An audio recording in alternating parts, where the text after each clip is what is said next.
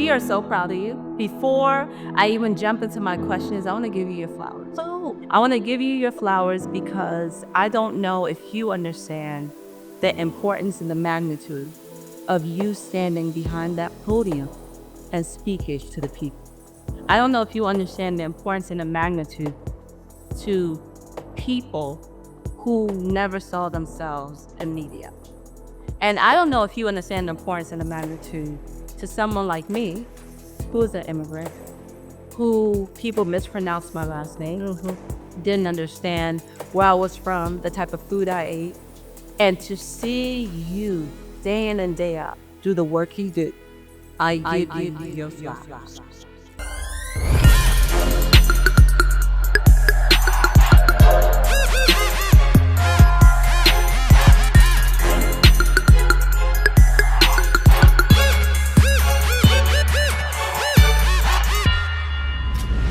Ladies and gentlemen, welcome, Karine Jean-Pierre. Thank you. Oh, looking vibrant and colorful and different from these pictures on the wall. You brought the color. We brought the color. Flair. I know you brought the flair. Well, we brought the color literally and figuratively. Okay, jot that down. So good to see you, sis. Thank you. Thank you. No. Thank you. I appreciate that. Representation does matter. It does. It does matter. It does. Especially now. Especially now, right? It does. Thank you, sis. So we're gonna jump right in. Okay. All right. The doctor would. I'm ready. Okay, so we're gonna start off light. Was there a pivotal moment in your childhood that made you say, this is what I want to do, or maybe this is what I don't want to do? So can I return the favor for a second before I answer that question? I want to give you your flowers. Because I have known you for some years now. I've watched you in your career. I've watched you be a commentator. Now you're on The Real Housewife of Potomac, y'all. And I see you do your thing. And you're just phenomenal. I mean, you are a mom. You are a wife. You are a professional. But I think I was reading you have 4 degrees. Yeah, come on now. For her, not doing that. Bachelor's, 2 masters, the PhD. You can teach at Johns Hopkins. Come on now. So I could only get 2 of those 4 degrees. So I know how hard it is. I know what you have gone through. I could understand your journey. And the fact that you do the commentaries that you do on the networks that you do, when we don't see faces like us on those networks, I think is so important. Not just that, but our views, our viewpoint, and the honesty, and you lay it out, and you make sure you have our back as a community, a Black community, with Black women. And I hear you. I just want you to know that I know sometimes you're not sure people hear you. You're not sure if you're breaking through, because I feel like that sometimes. Just know that you are. Just know that you are. We see you, we hear you, and we are very thankful for you. So I just wanted to share that with you. I think it's important that I wanted to give you your flowers as well, because I know when we see each other, we tend to see each other at events, and we say a little bit of a hello and give a hug and a kiss. Yeah. But I wanted to make sure as we're having this conversation that I give you your flowers. So thank you so much, Dr. Wendy. Dr. Wendy, PhD. Put some respect on her life. Tell the people. Put some respect on Fight her with my name and tell them to stop. Okay. Thank you. That means the world. Now, to your question, I guess it has to do with my experience as a kid growing up. I grew up in Queens Village, New York. Many New Yorkers out there. I love New York. It made me who I am, a very big part of who I am. I grew up in an immigrant, not just a household immigrant community. If you know Queens, it's incredibly vivacious and beautiful and integrated. It has so many communities, ethnicities, and cultures, and it comes all together all at once. And that is a big part of who I am. That's kind of like the attitude that I have, right? It's kind of like the respect that I have for people as well. But that also comes from the culture that I grew up. Both my parents are from Haiti, and and they came to this country like many people, even people who up here, from here.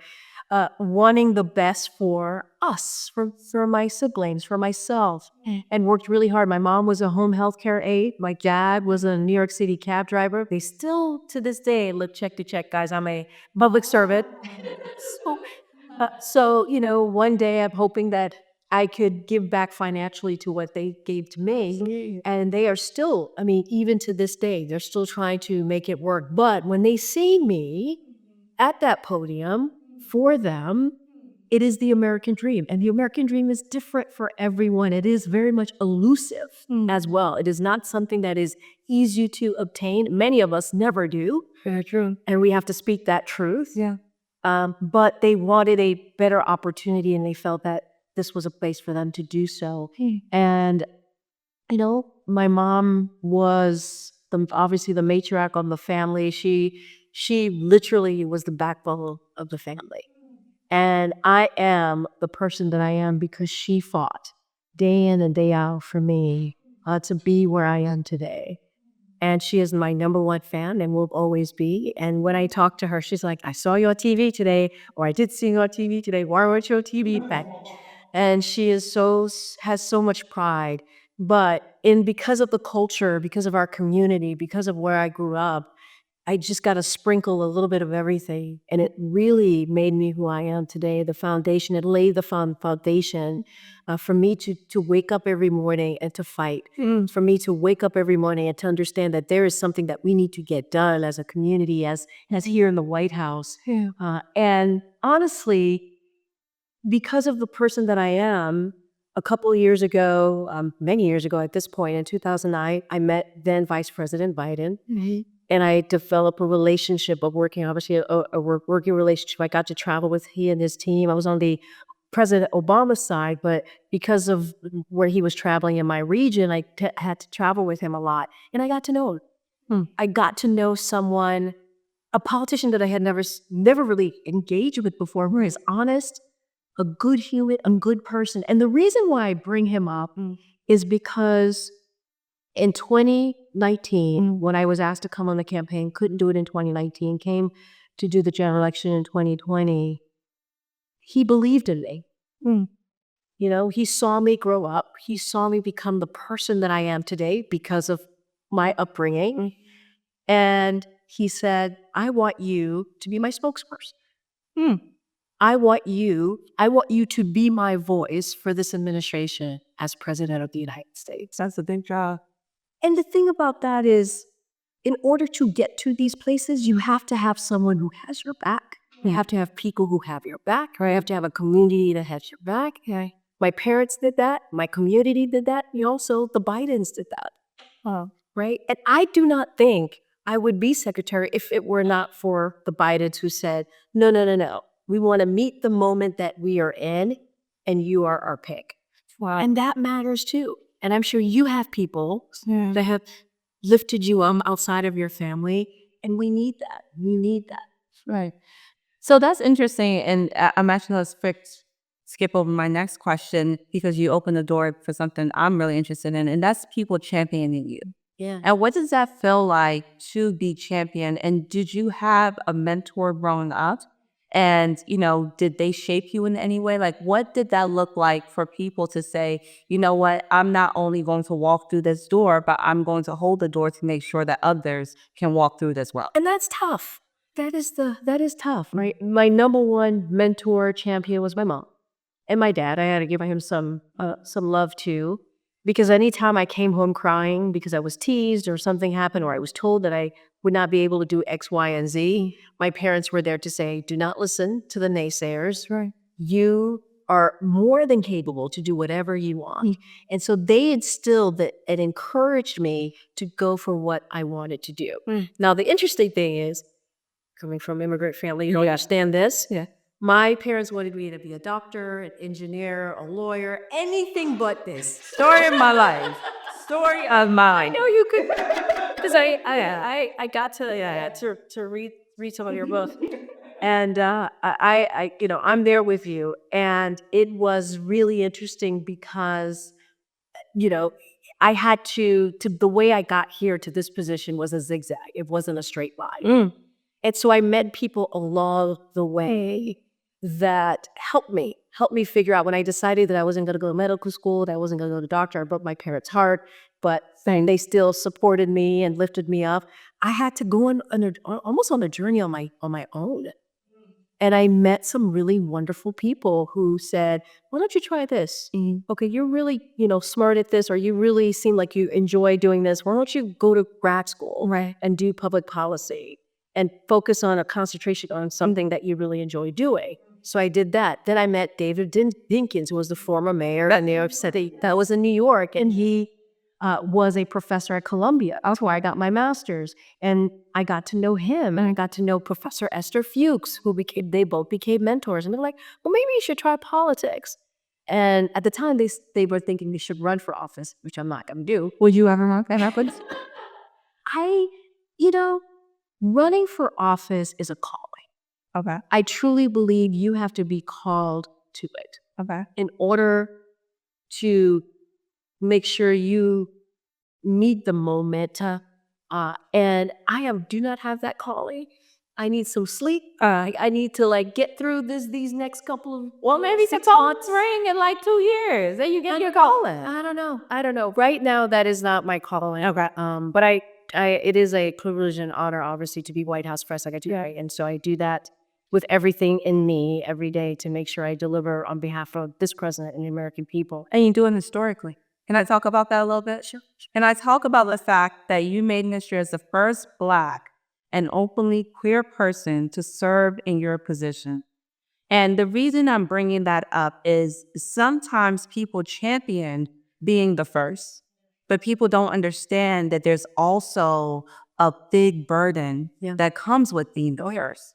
So what challenges did you face or have you faced with being the first in both of those capacities? So it's something that I think we were talking about before coming out here and sitting down and chatting, which is representation matters, but you also have to break the norm that people say, right? I'm the 35th White House press secretary, so there were 34 White House press secretaries before me who did not look like me, right? And so the norm was what they saw before me. Absolutely. And so you kind of have to break what people they normally see every day. And I think it was probably unusual for folks to be like, oh wait, that's not what the person who's standing behind that lectern at that podium is supposed to look like. Exactly. And so that is a burden, right? It is a burden to break that kind of stereotype, to break what the person behind that lectern is supposed to look like. Yeah. And I've had this role for over 2 years. I've been in this administration from day one, and I feel like I have started to do that. And my hope is whoever is after me, and I hope there is many more, it opens the door for many women of color, Black women, people who look different than the 34, that it is the norm to have someone be a person of color, be a Black person, be behind that lectern. And I think that was hard. That's always a little bit hard. People will challenge you. People will say you're not ready. These don't deserve this position. And honestly, it doesn't matter what they say. That's right. What matters is the president of the United States believes that I deserve this. And that was a little nasty housewives right there. Y'all didn't catch that. Okay, love it. Okay, so sidebar. Yes. You have the hardest job in the world. And by that, I don't mean being the press secretary of the United States. I mean, you're a working mom. I am a working mom. I'm a working mom. Yes. And you have the 3 gorgeous kids. And you're a little one. I can't believe how big she is. I can't believe how big she had you. I have gorgeous eyes, so thank you. Gorgeous. And I struggle with it. I'll be honest. Being a working mom is probably the hardest thing I have ever struggled with and continue to struggle with. Because it's like you want to excel in your career, but you also want to excel in motherhood. Yeah. And you feel like when you're excelling in one, you're neglecting the other. Ooh. So I just want to talk to you, and this is not even just a question. This is just sis to sis, working mom to working mom. How do you do it? It's tough. It's tough. So I am a single mom who co-parents.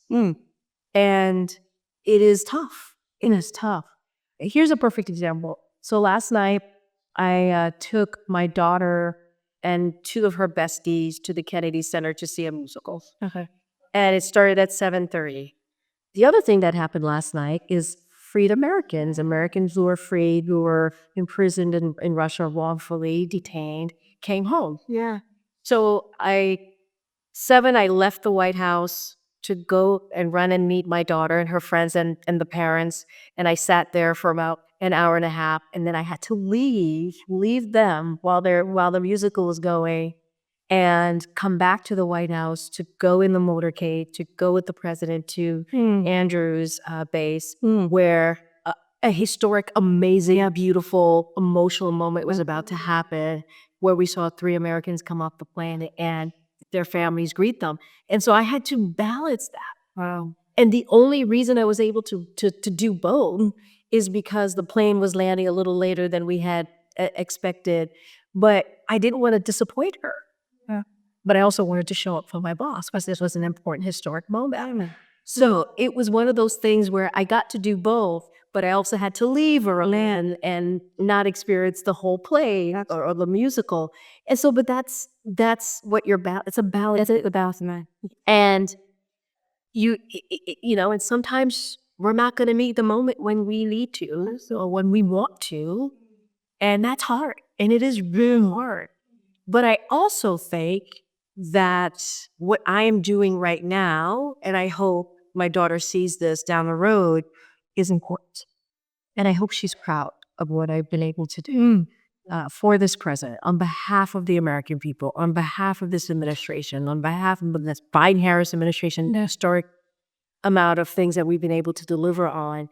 And I hope that she looks up one day and be like, wow, that was my mama. I'm so proud. And understands why there were days that I couldn't be there, why there were days that I had to dip out before the ending of an event. Yeah. But it is tough. I mean, it is tough. We are super women, superheroes. But at the same time, we're vulnerable. We're real people. Yes. And sometimes we're not going to get it right. But I think what's the important thing there is that we want to get it right. We want to be all things. We want to be all things. And my thinking is that the kids see that. Okay. They understand. But it is tough. It is tough. Yeah. Well, thank you. I'm glad that I'm not in this alone. You're not. We will leave on a positive note. Okay. So, I was recently voted most likely to curse in the White House by Betches Media. Okay. If your fellow staffers or coworkers could give you a superlative, what are you most likely to Can I do? just tell everybody that you have yet to, I believe, I haven't used it. I heard for fat. So I got your back. Okay, thank you. I got your back. But I may have dropped something private. We still have a lot of time. Okay, my thing would be, I would be the person that would order the vegetarian meal on Air Force One. Really? Yeah. Always a conversation.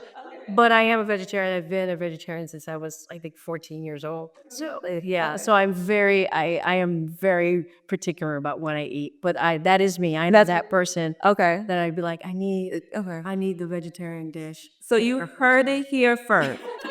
Press Secretary Karine Jean-Pierre is most likely to order the vegetarian dish on Air Force One. Ladies and gentlemen, you can't end an interview any better way. Thank you so much. I appreciate you. Okay. Thank you.